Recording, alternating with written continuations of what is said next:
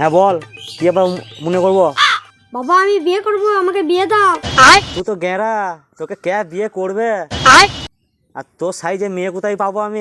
এগুলো বড় কর, তারপরে বিয়ে করবি। আমি কি বড় করব? না রে খেপা, এগুতে নিজে বড় হ, তারপরে তো বিয়ে করবি। গেঁড়া মানে বদমাইশের গোড়া, মানে এখন খেলা করার বয়স আর বোঝে বিয়ে দাও। বাবা এই পত্র দাও।